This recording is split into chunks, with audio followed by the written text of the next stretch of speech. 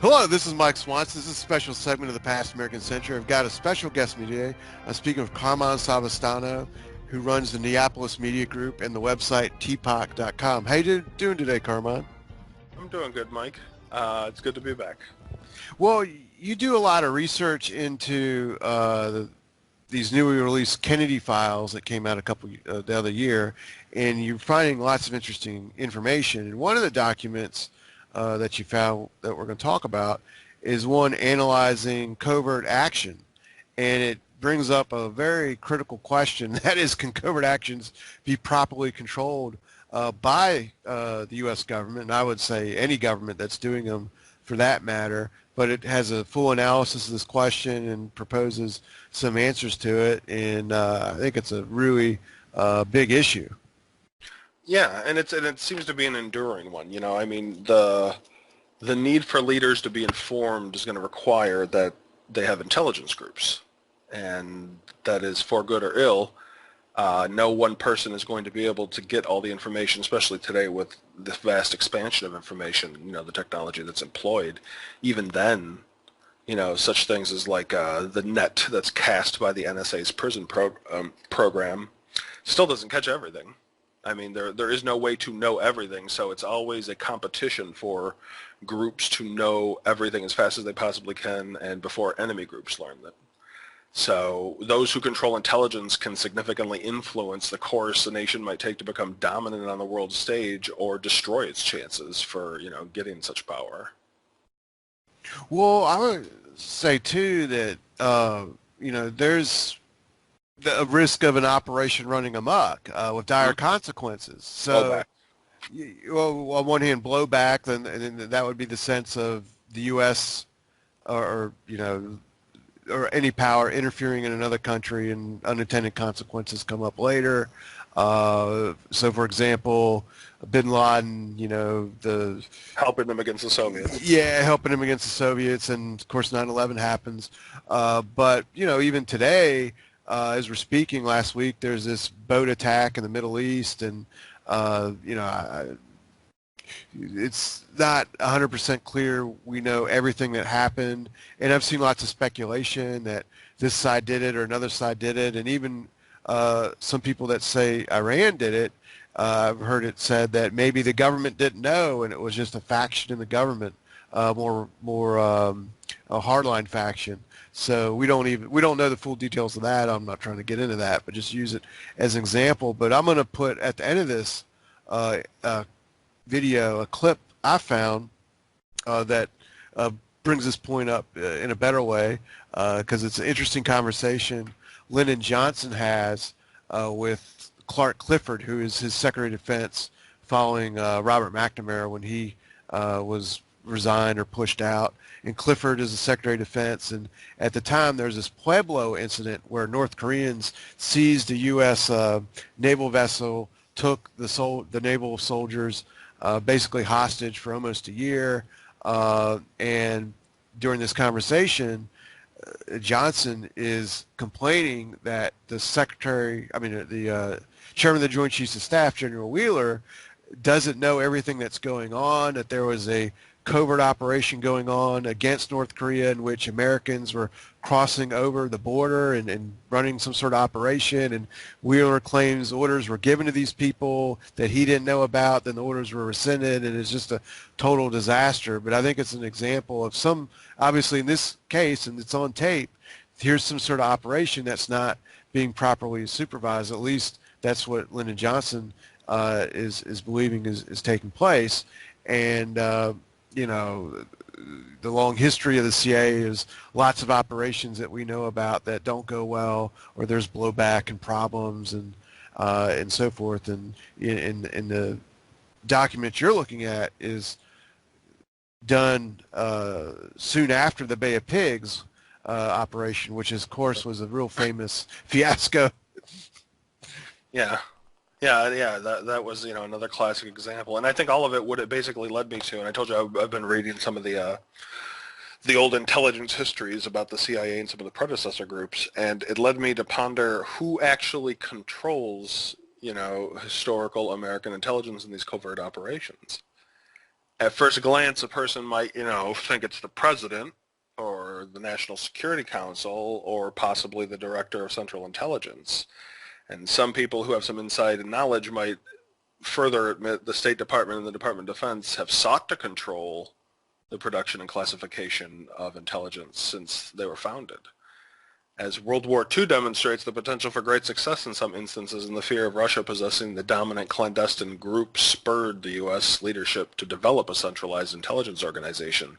Yet creating such a group without unnecessary limitations and required controls was easier said than done. I think since many large national governments often move like a huge ship, changes in the course of policy and overall political trajectory are difficult. And in history, we can see that existing leaders never want to let the reins of power easily slip from their control.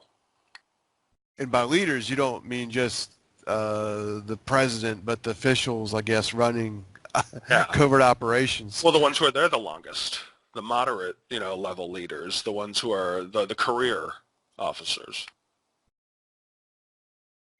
I think, yeah, I'm sorry, go ahead. Oh, I mean, famously, J. Edgar Hoover, he was able to stay there for longer than anyone wanted to. I mean, there's 9 or 10 presidents. There's stories almost like every single one of them thought about firing him and then got scared out of doing it. So I know that's at least true for Nixon and Lyndon Johnson. So yeah, particularly Nixon. I don't know how serious Johnson was actually about it, but Nixon. The story is Nixon was going to fire him and got him on Air Force One and then got scared out of it. Well, and I have every reason to think that, as bold and as tough as the Kennedys were, they had a healthy fear of Hoover as well. In fact, Hoover paid them a couple of visits just to remind them on occasion why they should be afraid of him. But with the Kennedys and the Bay of Pigs, I mean, they famously, they did fire Richard Bissell, who was in charge of the operation. They got rid of Allen Dulles, who was the director of the CIA. So they did fire these people, but the document you found shows that this is more than just the problem. They thought was more than just simply a couple bad people.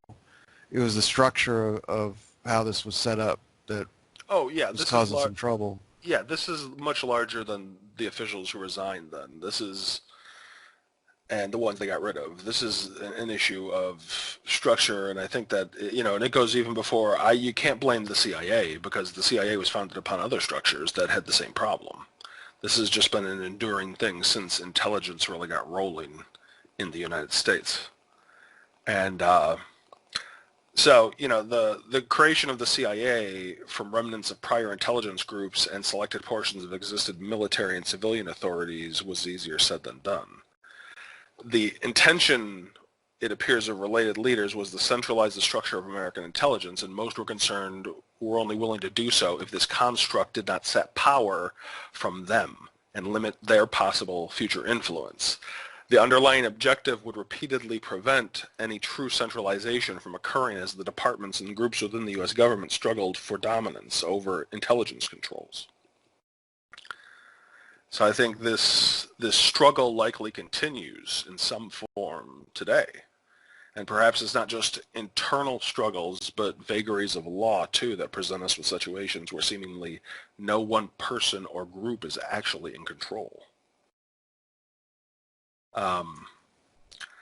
For better or worse. In some cases, that's not necessarily a bad thing, that one group is in control of everything, but it's also not necessarily a good thing that in some instances one is, as, we'll find out later.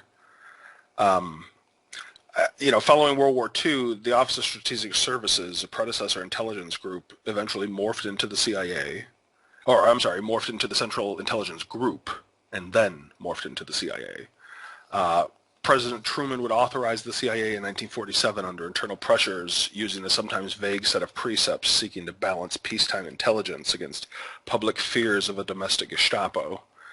The Soviet threat, both real and perceived, was increasingly dominant as officials and public attention refocused from Germany to Russia. Yet military and civilian leaders' increased authority and funding during wartime ended, and they were determined to defend every piece of power they had left, even when it wasn't required for them to do their jobs. So you add to these many considerations the large and often clashing egos that various leaders presented, and this all sets the stage for repeated gridlock and failures of centralizing control of intelligence. Well, Truman famously wrote an editorial after weeks after the Kennedy assassination, saying that he thought that the CIA was out of control and it wasn't operating in a way that he intended it to operate. And he basically implied he never thought it should be running coups and covert operations in the way it was. Do you think that's true, that he had a different idea what this was going to do than what it actually ended up doing, say, in the 1950s? Yeah, I certainly think that is a reasonable assessment. I think that it was shared by a lot of people, that we in the modern day might not know about. And, luckily because of some of the stuff I've done research on, I came across the information, and I'm sure that people who have looked real deeply into it have. But even the original leaders of the CIA and those who formed it, I don't think intended that to happen. That its original design was to be something different than what it eventually became under the influence and the pressure by the groups who were trying to control it and trying to influence what it would control. And, I think one interesting conflict that occurred just after the formation of the CIA in 1947 was determining who set policy for the intelligence group. Control of the agency, presumably at the time, and this is when Truman was president, was in the hands of the American president, so Truman, theoretically, and then the CIA director. However, the National Security Council, would go from the president to the National Security Council to the CIA director. The National Security Council that both the Secretaries of Defense and State both sat upon were both attempting to control intelligence policy, and not just in a needed advisory role to the president, but were trying to control the decisions of the CIA and what the director was doing. So this basically would relegate the position of the agency to merely another holding of those departments and limit its utility. So the first agency leader, Admiral Roscoe Hillenkotter, despite being an experienced military man, took his new position seriously and did not often bend to the will of his superiors quietly. Hillenkotter, unlike several of the CIA's subsequent directors, expressly believed that guerrilla operations and covert warfare and propaganda belonged under the authority of the military, and that intelligence gathering was the domain of the agency. So he never wanted all these covert actions that they eventually did in the beginning. He fought against it. But the military and the State Department wanted the CIA to do these things. Now, the reasoning for that, I think, is many.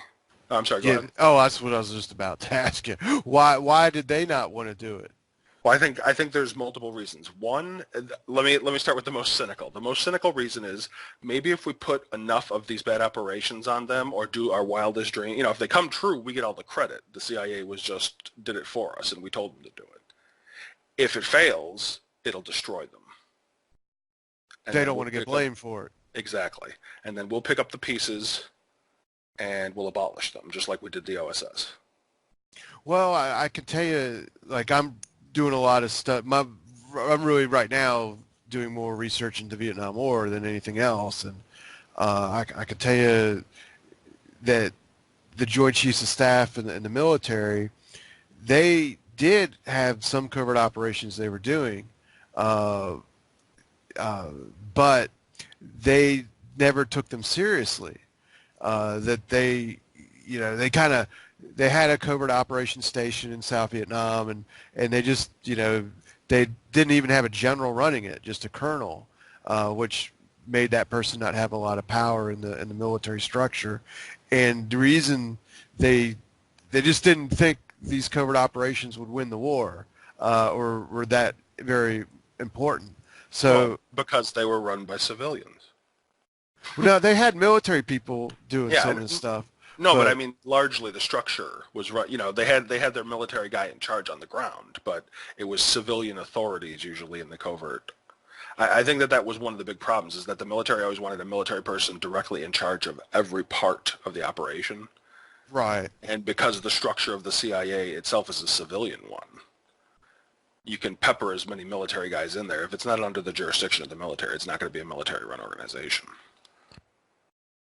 Well, you kind of see this with what I'm trying to say is the people at the Joint Chiefs of Staff during the Vietnam War, they Hmm. didn't they thought covert operations were a joke.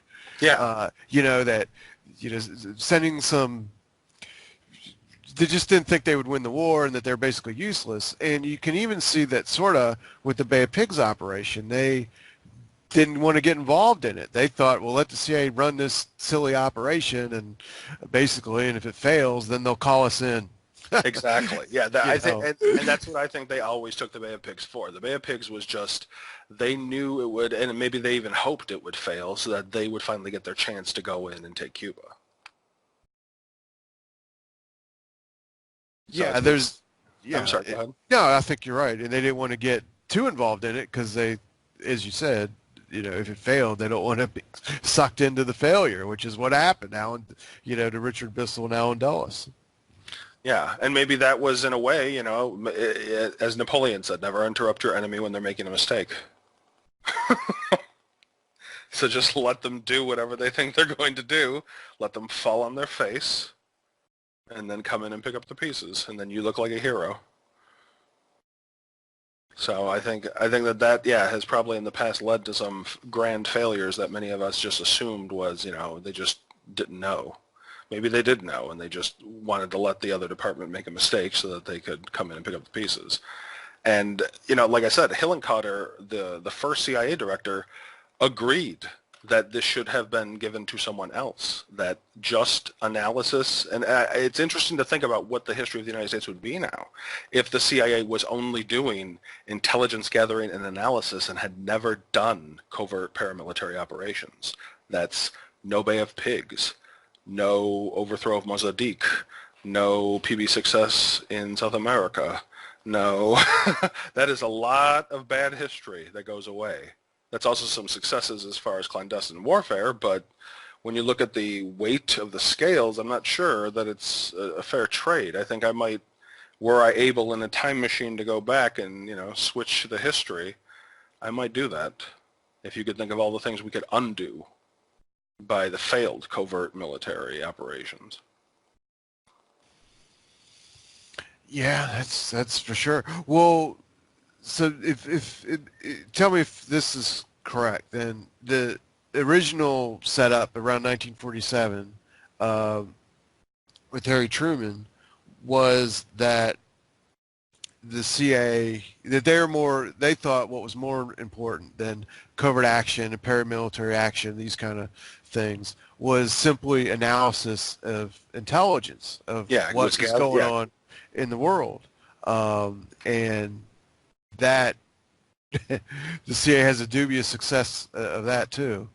There's no doubt about that.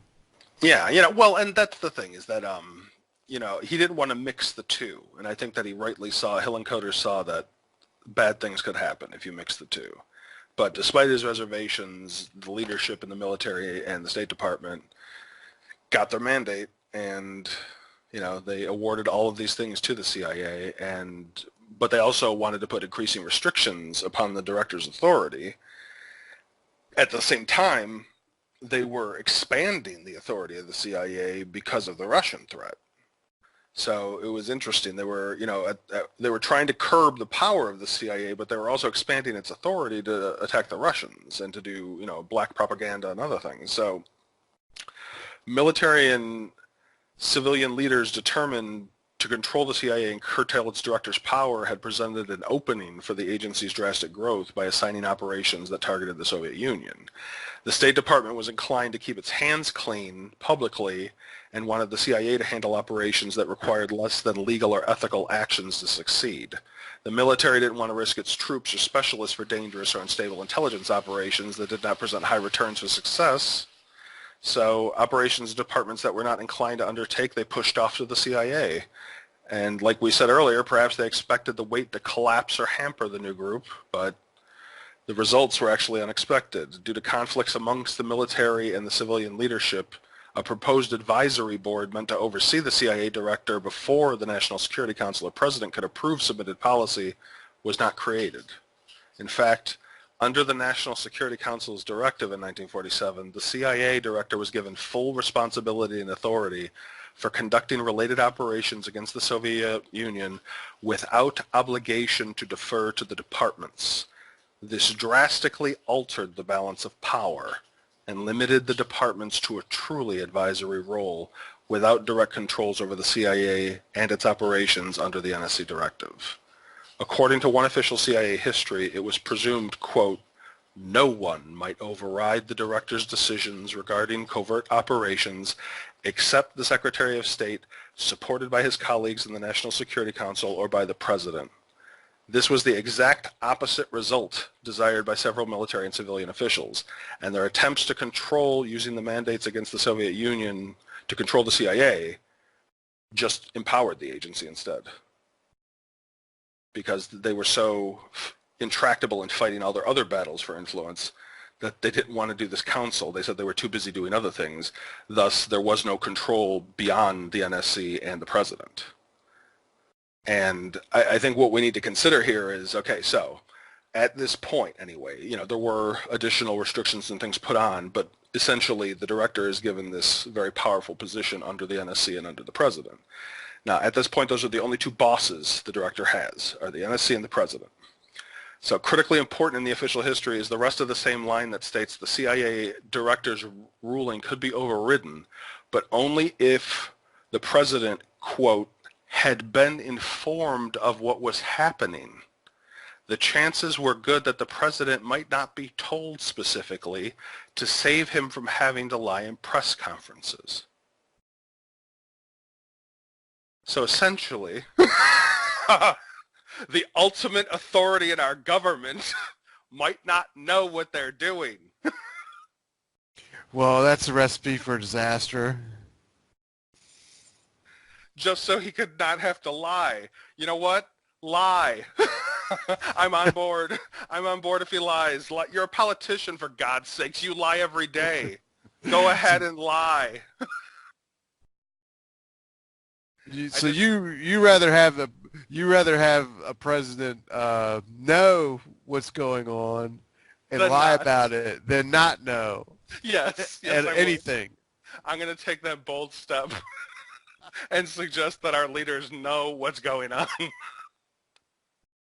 Well, I mean, so what you've, I really think people should read the document that you got, because it's absolutely, I mean, it sums this all up in a way I've never seen anywhere else, and it's written for the president, and it's used for some stuff we'll talk about later, but I'll link to it. This is from the old histories, but I couldn't believe that, because this is a CIA. The old histories was put out by the CIA's Office of Legal Counsel, so this is from their documents. It's they're basically compiled history. This part I'm talking about right now. Like later on, we'll get in. There's some crazy stuff. Okay. I need a link to this. I haven't seen what. Well, this is a book. Okay.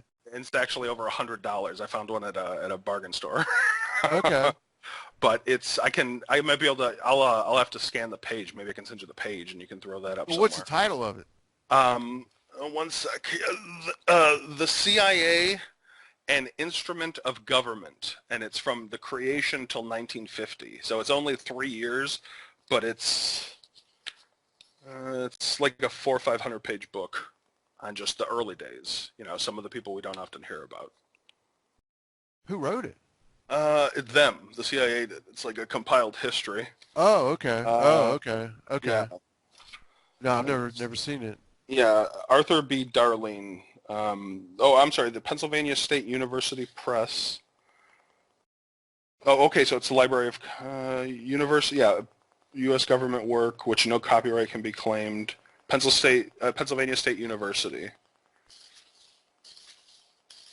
But yeah, it's just a collection of early early conflicts, early policy meetings, arguments that happen with, not only, it also goes into some of the OSS and other areas too. So it starts with intelligence where, the coordinator information, some of the other stuff we've talked about. Yeah. But I just couldn't believe though that that came up as that was the issue in one of the, the early discussions of officials was that, well, he doesn't want to have to lie at press conferences. So we just won't tell. Now, I'm not saying that it's not necessary to protect the president in some, for instance, if you're going to go in and you say you're going to launch a paramilitary operation to take out this government. I understand if you don't want to tell him, we're going to go in there and we're going to kill this guy and this guy and this guy. Because then theoretically you are then making the president, linked to murders that he knew you were going to do that.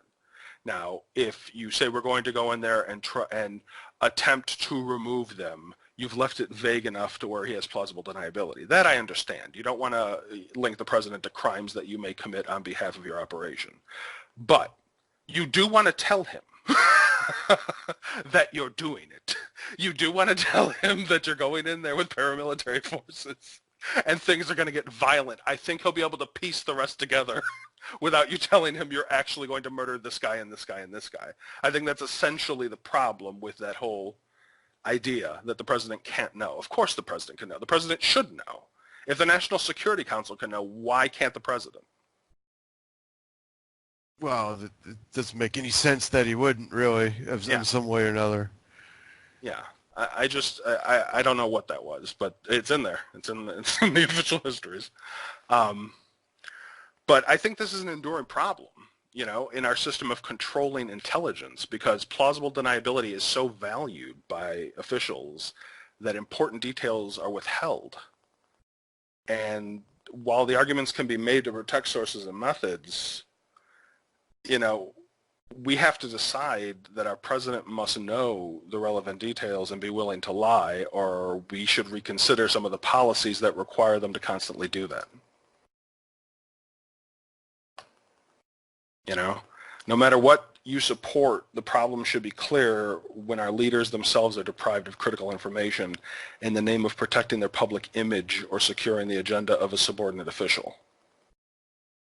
And how do we tell the difference? Well, we can think where this has become a real scandal with the Iran-Contra affair. Yeah. Did Reagan know? Did he not know? And then, it was, it turned into a big disaster. So, and then anyway, and then I just wondered. I don't mean to get into that, but I just wonder how much Trump is on top of things. Well, probably about as much as the others, which is not very. Yeah. I don't think that he's less competent. We've had some pretty incompetent presidents as far as overseeing the intelligence. Reagan, there's been Roosevelt, FDR, as much as he's praised in history, he didn't really have a handle on things. It was largely luck that got Fermi and Einstein to talk to us and got us developing the bomb to where we got it out first. Mm-hmm. That wasn't some great idea we had. That was, we've gotten lucky before, and we've been able to maintain some sort of dominance in the intelligence field, but I don't necessarily think that's because that the people are in control that we might think are. Right.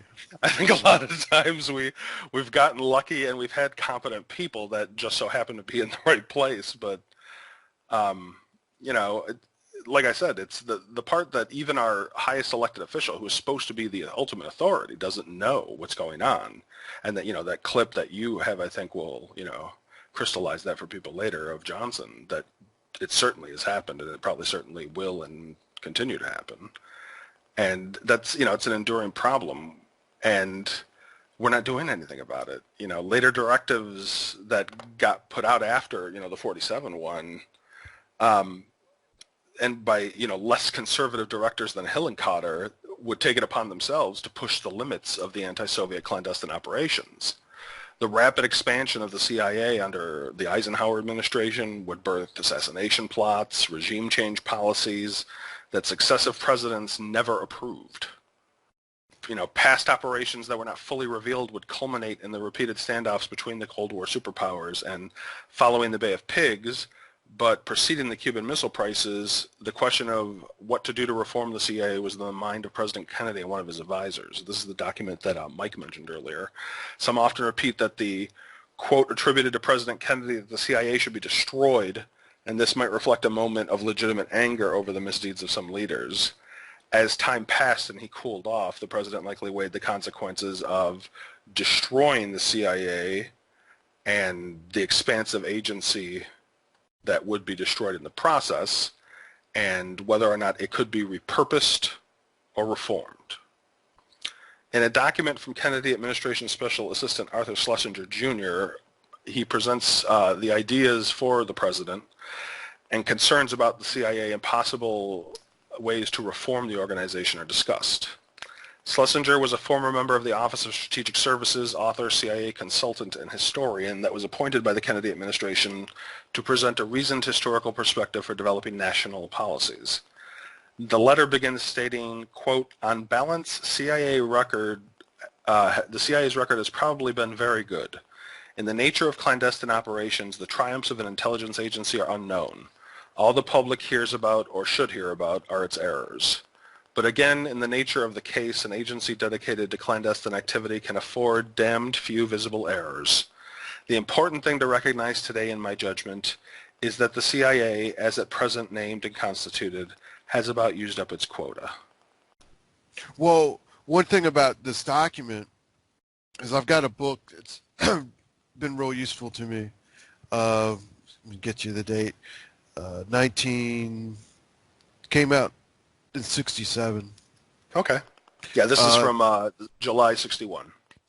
Well, this book is called To Move a Nation, Roger Hillsman, and he was in the State Department and during this time, and personally involved with Kennedy, and he's talks about Arthur Schlesinger, and says that I'm not going to read it, but basically on page 79, the book's called To Move a Nation. It's one of the best books on Kennedy's foreign policy. Even though it's as old as it still is one of the best books to read on it. But what he says is that after the Bay of Pigs, basically, that Kennedy tasked Arthur Schlesinger, who was on the White House staff, with the question of the CIA's role in the making of policy in foreign affairs, and to ask him for proposals to study it as a problem and come up with proposals to solve the problem of the CIA. And the title of the memo that you found, I'm looking at it, is CIA Reorganization. Yeah. And it's dated June the 30th, 1961. Yeah, this is right along those lines. These are what I thought was interesting when we were talking a little bit about the document off air was that it's rare you get to see a document that goes directly to President Kennedy. You're usually getting it in the chain somewhere. There are, of course, documents that go directly to him, but usually something about advising about the reorganization of the CIA is not one you usually get where it's a direct conversation between someone and the president. Unfortunately, we don't get to see. I wish that the president's written response would have been somewhere there, but you at least get to see Schlesinger being a lot more direct with, and it's an area he knows something about because he was in the OSS, so he has some intelligence background, and he did advise for them, so he knows something about what's going on in the CIA. And, he continues, he says, quote, one more CIA debacle will shake the faith considerably in U.S. policy, at home as well as abroad. And until CIA visibly reorganized, it will be widely blamed for developments of which it is wholly innocent. So the reason why Dulles and Bissell might have gotten forced to resign, or convinced to resign, shall we say, is because they needed a new face. Maybe that's what McCone was. Maybe the CIA needed a new face, so some of the top-ranking brass that were responsible for the Bay of Pigs and the leader of the CIA needed to go.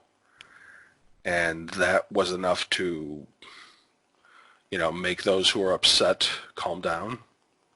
Not an entire reorganization. Well, the memo does propose ideas to do a reorganization.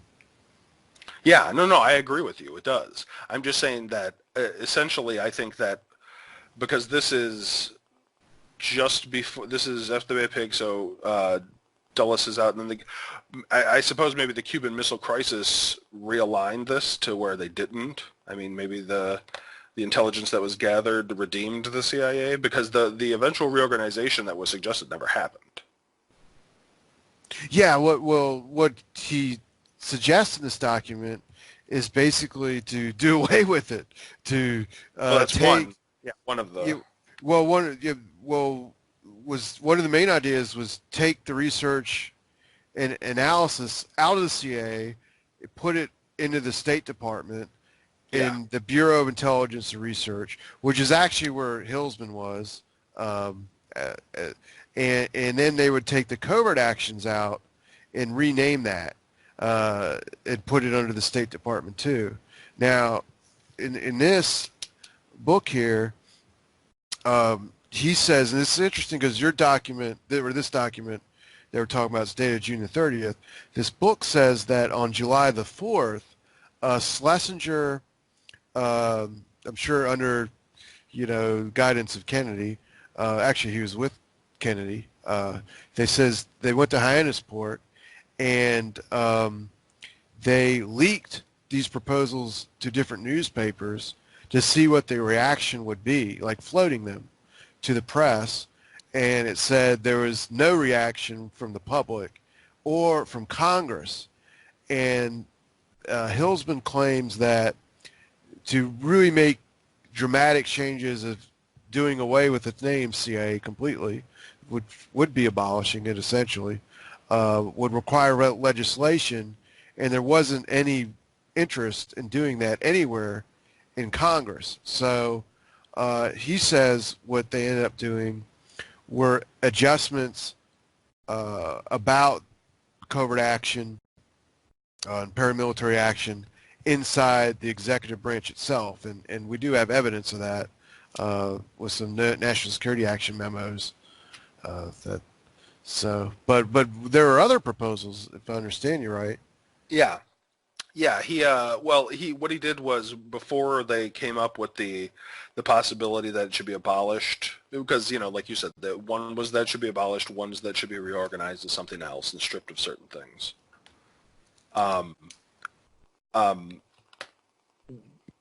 While the worry about being implicated, basically, the worry about being implicated for things the CIA did not do that I mentioned that Schlesinger had was reasonable. I'd say the primary motivation for the concern was the loss of public faith in the U.S. policy. So this, people have to remember this is the golden age of the Cold War propaganda, with the U.S. and democratic forces opposing the Soviet menace. But with each CIA exposure, the tactics of our enemies were revealed not to be the only unethical ones. This did not just threaten the CIA, but America's potential success in winning the Cold War. Schlesinger... Oh, I'm sorry, go ahead. Oh, well, even in 1963, when they before their Diem, who was the leader of South Vietnam, was overthrown, his sister-in-law, Madame New, was in the United States, running around giving speeches, saying the CIA was going to overthrow him. The CIA was going to do this and do that, and then they did get overthrown. So I'm just saying, here's an example of this being in the public, and then, this kind of talk. And similar to Trujillo, they didn't directly overthrow him, but they did sort of help and watch the people who did. But people could have, that this was, in the newspapers and CIA, and here they are. But unfortunately, or fortunately, depending on who you are, I guess, I kind come to think that Schlesinger is right in a certain sense, that almost every single bad event that ever happens is blamed on the CIA, and they may not be responsible for every single event. Oh, of course. Just statistically, statistically that's the case. Just because there's so many different agencies that do things, it could be any of them. But the CIA kind of gets the rap like the KGB does, for better or ill. They get all of the credit for mysterious things that happen that nobody can explain, and they usually get all of the blame for the nefarious things that nobody can figure out. So, well, and Schlesinger, in his assessment that, that they released parts of, he offered that the problem with the CIA was linked to the autonomy which the agency was permitted to operate with, and he said that it was due to multiple causes. One was inadequate doctrine of clandestine operations, inadequate conception of relationship between operations and policy, and the relationship between operation and intelligence. So he, in a way, kind of echoed the prior assessment of Hillenkotter, that future results of mixing clandestine operations and intelligence was never fully explored, and no significant policy expressly offers how to do it to get their desired ends. Yeah, that's why this document, this Schlesinger document, and I haven't read, seen the other one that book you're talking about myself, but just this document here, it's 15 pages long, and I think of it as a timeless document about this issue. Yeah. In a way, he does go through certain periods and talk about. I just think it was fortuitous that it lined up with. I had just, like I told you, I was reading the histories last week where I said I thought I had found the moment when things really started to go off the rails as far as who was in control of anything, and that was when I told you that the fight between state and the military and Hillenkotter about them trying to force covert operations on them when he just wanted the CIA to do intelligence and gathering. He wanted to do gathering and analysis. That was it.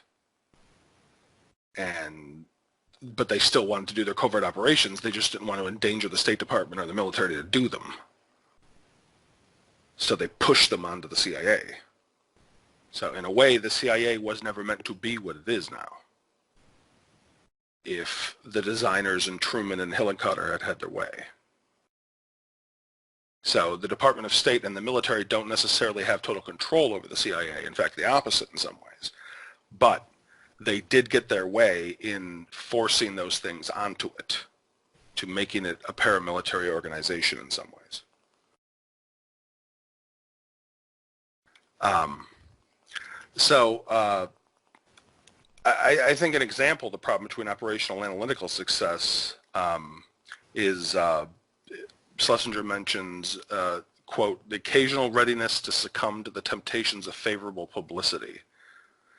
The Guatemalan and Iranian operations were almost nullified by the flood of self-congratulatory publicity which followed them. In other words, they weren't that covert. Yeah. Yeah, they're not covert when the New York Times is writing articles about how awesome the CIA is for toppling a government. And it's usually done by a CIA source, no less, which... Well, look, Alan Dulles liked to go to parties. Exactly. So how are you supposed to get on the Georgetown set? Exactly. So, yeah, well, and Schlesinger's right. Essentially, the purpose of regime change was to influence these governments to covertly support the U.S. policy, not overthrow them and tell the world about how proud you are of being a part of it. Schlesinger asserts that it was not just in part a failing of the State Department to assert firm controls over the agency, but that it's not entirely, that I think that isn't entirely accurate. That is one of the few areas I disagree with Schlesinger. I think they tried, they just failed. He's correct that as a result, the CIA grew in eminence and strength and, quote, began to outstrip the State Department in the quality of its personnel, partly because CIA paid higher salaries, and even more perhaps because Alan Dulles gave his people courageous protection against McCarthyite attacks. The more it added brilliant activities to its staff, the more momentum its operations developed, and the greater role it played in the initiation of policy. For its part, CIA had developed a whole series of functions paralleling already existing functions of the State Department and of the Defense Department as well. Today, and this would be in 1961, it has its own political desks and military staffs. It has in effect its own foreign service. It has had its own combat forces. It even has its own air force. Its annual budget is multiple times that of the State Department. The contemporary CIA possesses many of the characteristics of a state within a state. Well, that's a interesting phrase. Yeah. Well, and it, does make you think. I mean, especially in modern times, because the CIA is one of over a dozen such agencies. Well, that's one thing that is different between now and in the 1960s is now, there's many more intelligence agencies. It's, I don't know what I can't even count them all, off the top of my head, but it is what it is. Well, but back then there are fewer, so having more of them probably makes it harder to control. Exactly. Yes. Well, of course it does. Yeah. Imagine a clock. The more cogs you put into it, the more complex it becomes to control. In fact, the whole 9/11 thing. One of the things that was said after, in the fallout of the 9/11 attacks was, well, there's so many intelligence agencies, they didn't work with each other, so we need to create this director of intelligence to oversee them. So they had to create a new office to oversee all the other offices. Which is utterly counterintuitive. Yeah, to make a new one. So, you can't just make it smaller. I thought that. Yeah, you know what? I'm so glad you said that because I put that in my book. That's actually in I think the last chapter of my book where I talk about how creating another level of bureaucracy was the exact wrong thing to do. Because the thing is, when you keep adding more and more, then there's less and less responsibility. Yeah, there's no one to blame. You can't. Figure out if there was one intelligence agency, then there would have been one person to blame after 9/11. Instead, no one knows who to blame. It is the grand diffusion of responsibility. And yeah, I think that's one of the big problems that we see for it, and it goes back all the way to 47. It goes into Schlesinger's document where he even talks about the problem for the CIA is the extent to where clandestine missions are not compatible with a free and open society. I mean, let that sink in for a second. He notes that just because communist leaders do things doesn't mean our leaders should be doing them as well. He states that most people do not want a society meant to benefit the CIA's operation at the cost of the freedom of the American people. So Schlesinger reveals that he, quote, does not feel that U.S. leaders have tried rigorously to think through the limits which the maintenance of an open society places on secret activity. Until this is done, the CIA's role will not be clearly defined and understood. The problem which must be faced is what sort of secret activity is consistent with the preservation of a free social order. This is a question we still and perhaps will always face so long as free societies exist and intelligence groups are necessary. As Schlesinger states, I'm sorry, go ahead. No, that's a huge issue, and but there's no real answer to it as long as there's no simple one. I definitely think that we need to reform, wherever, no matter what you think, whether you think that the CIA is the best thing in the world or whether you think the CIA is an abominable organization that needs to be burned to the ground. We need an intelligence group. We already have an established one. It seems more reasonable that we would reform it, but we also need to ask the deeper questions beyond just success of that group. What are we prepared to sacrifice for its maintenance? What is acceptable? What is not acceptable? What are we as an open society willing to allow? And do we think that, ultimately, whether or not we agree with everything an intelligence group does, just that it exists, we are all in some way allowing for its activities. It's kind of like you were talking about with the diffusion of responsibility. The activities of an intelligence group are diffused amongst the government, and the responsibility of the government is ultimately laid at the people. and that is diffused among the people. So if you don't have a problem with what they're doing, that's fine. That's your choice. But if you do and you don't say anything, that's also your choice. You don't really have a right to complain if you're not going to publicly say something about it. And I think Schlesinger brings that question to lead. I don't know if any of the leaders actually paid attention who read this document, but that's the question that he brings to them. Is that, and I don't know if this question has been answered yet. Like we were talking about the eternal larger question, but this question, even amongst the leaders that we have now, have they considered what is necessary for the things they want? These pie-in-the-sky policy goals require costs and require actions to be taken, a lot of them unethical. No, I think, at the time, for a couple months here, from June to maybe December 1961, this was an issue inside the Kennedy administration. Not just for a few days. If you look at the Foreign Relations United States series, there's a volume on Cuba, and they've got a couple meetings about this issue.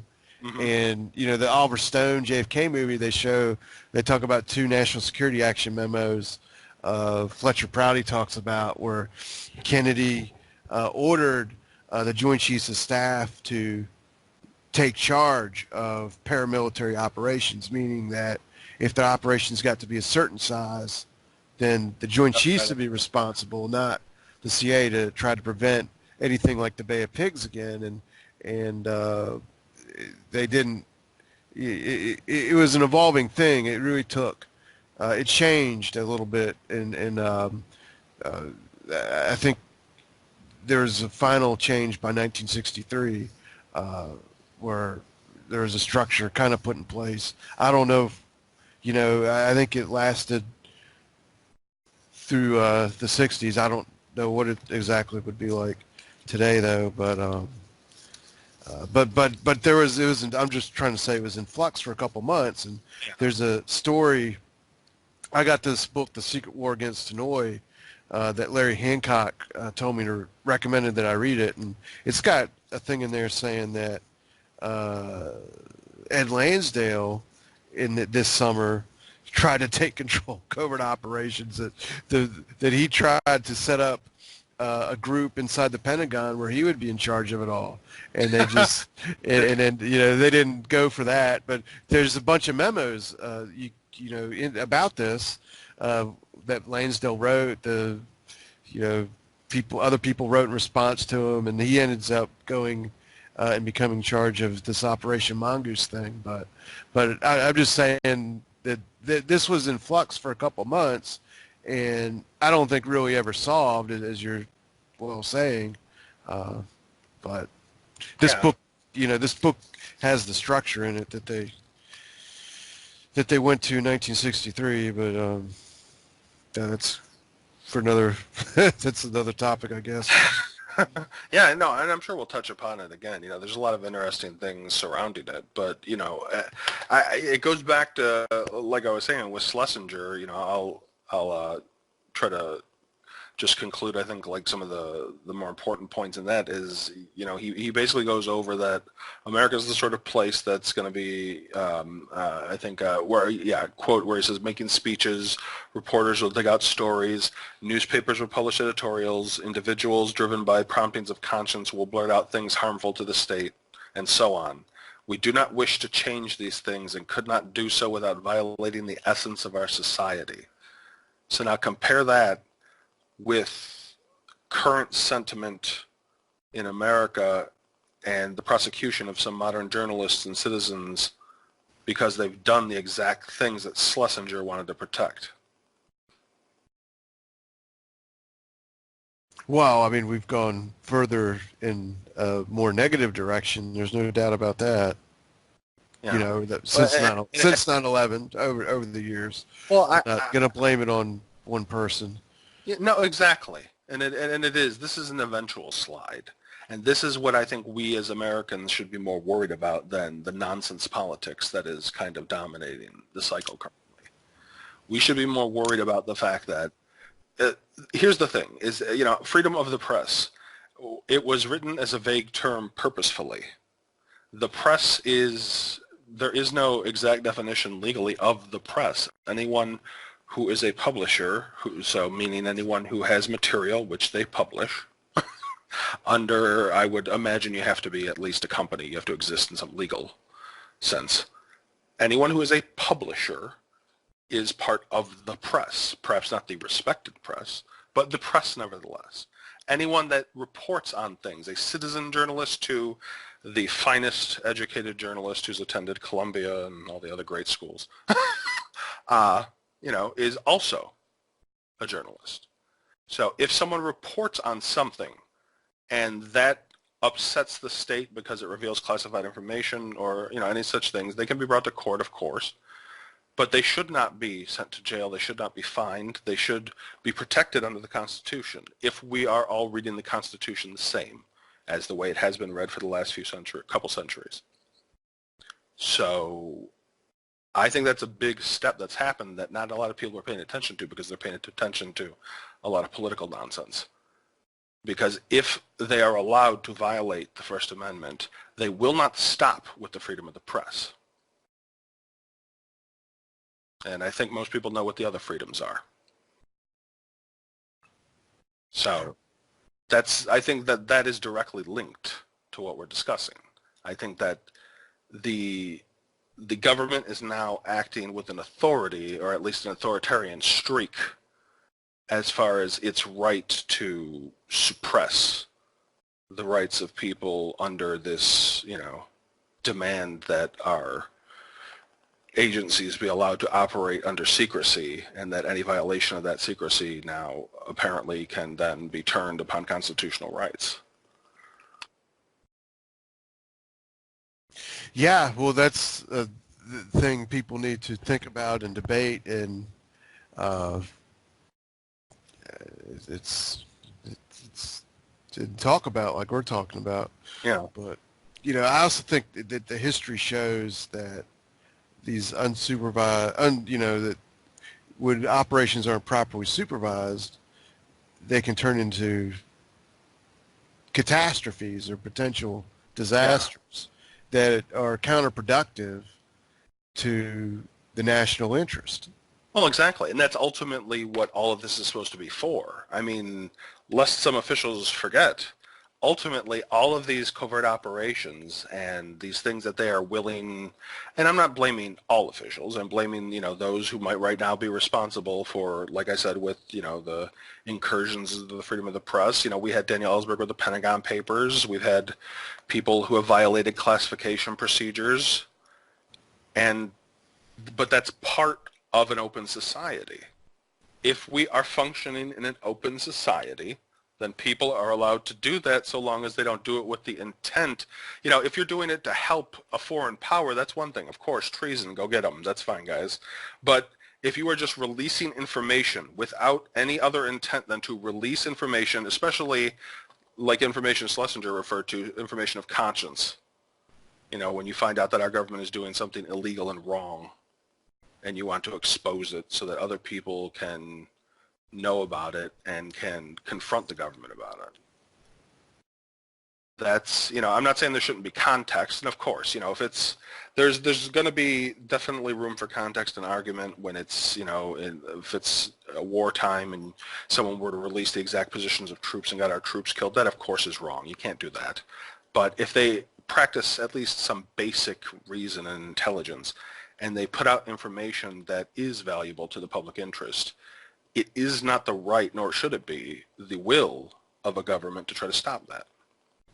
That's not the business you're supposed to be in. You're supposed to be in, especially in America, you're supposed to be in protecting freedom. You're supposed to be for protecting freedom, not for repressing the ability of the people to know things. Well, the document that this Schlesinger memo that we're looking at, it's got a stamp on it, secret. It's been classified for several decades, and we're able to now talk about it and think about this stuff. Yeah. Well, and that is pretty ironic. And like I said, this was written in 1961. So imagine how much worse this has gotten in some cases. Yeah, and there's no, well, actually, we're not even able to read the whole. I was about to say there's no Yeah, secrets here that we yeah. wouldn't have known already. I mean, there's nothing new, but actually, well, I can't say that because there's several pages that are blacked out. So who the hell knows what Well, is yeah, in and there? imagine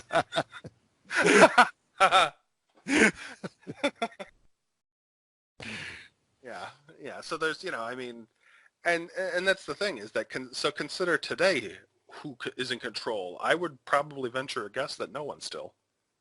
I would venture a guess that now it's even more committees stacked on top of each other, and Oh, nobody for really. sure. Yeah, yeah. It's just more diffusion of responsibility, and well, if this goes bad, we'll blame that guy, and then just close the committee and start a new one, and. So, but like you said, why hasn't, I'm sure it has been considered, just they don't want to do it because everyone loves increasing their budgets. Why haven't we considered a consolidation, like a real consolidation, where we get rid of some of the unnecessary duplication Well, of, unfortunately, this period we're looking at was right after the Bay of Pigs, the most famous fiasco yeah, by the CIA really in its whole history. And then the other, the only times when there is a chance to make the type of changes that would be good, I guess, are after disasters. So after 9/11, there is a chance, So I guess we'll have to wait for another fiasco of some sorts, and then hopefully the right people will whip this document out, or at least know about it. yeah. Personally, yeah, I think that's a horrible way to determine policy, is to wait for things to just go so utterly wrong that we are forced to do something. But that's why we pay them hundreds of thousands of dollars a year, right? Yeah. Mm. But it is a serious situation, and I'll let you go. But I'm gonna put in that LBJ clip because that's a you can listen to him and hear him get upset and hear what he's talking about, and see where this could lead to.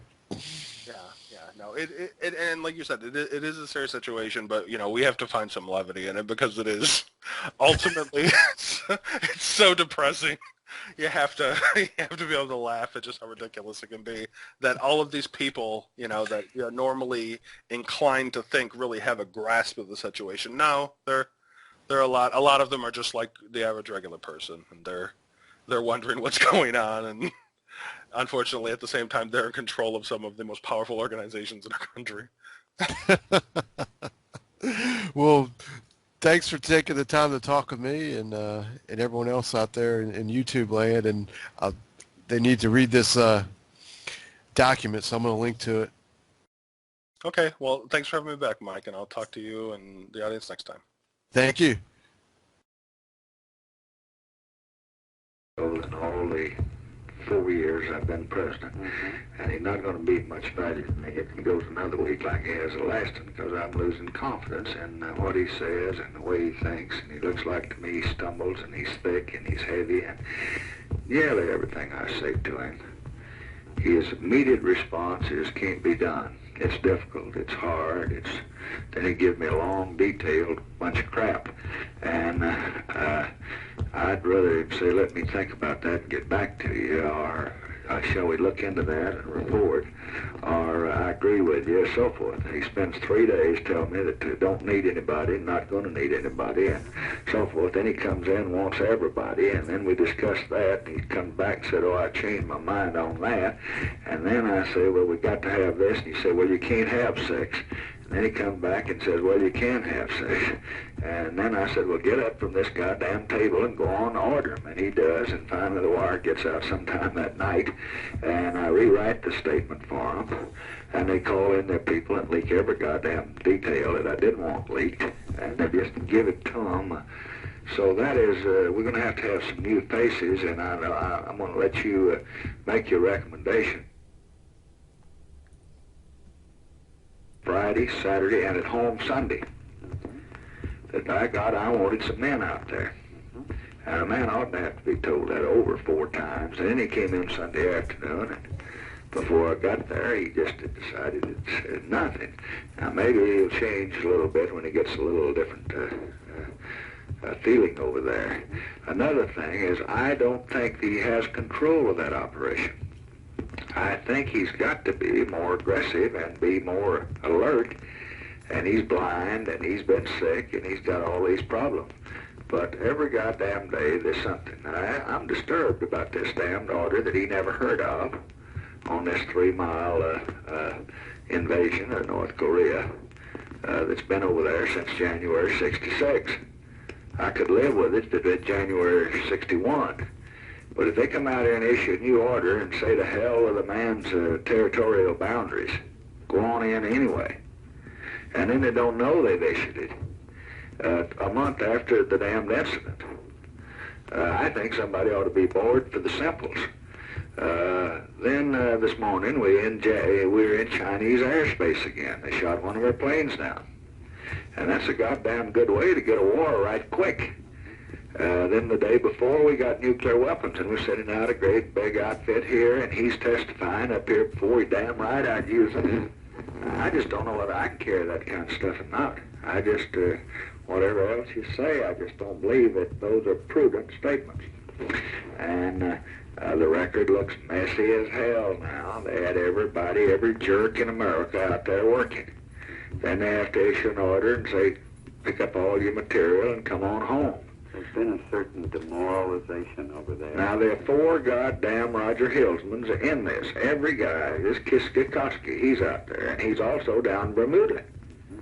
Now, every one of these guys that you've had are also meeting on these Bobby Kennedy panels. And about half of them are working for him up there. I mean, they'll have this new staff and the whole outfit. And I don't know how we can run a government that way. I know that Bob just deeply feels that that Teddy and Bobby are right, that the South Vietnamese are no goddamn good, and they ought to do more, and we ought to have a confrontation. I think it's a hell of a poor time, though, just before the day of election for you to divorce your wife. I want to say in that regard, I had about 10 minutes with Bob yesterday. It was awfully good, and I talked to him about that, and I said, Bob, we must postpone any ideological differences that exist. Our country and our president is facing a crisis now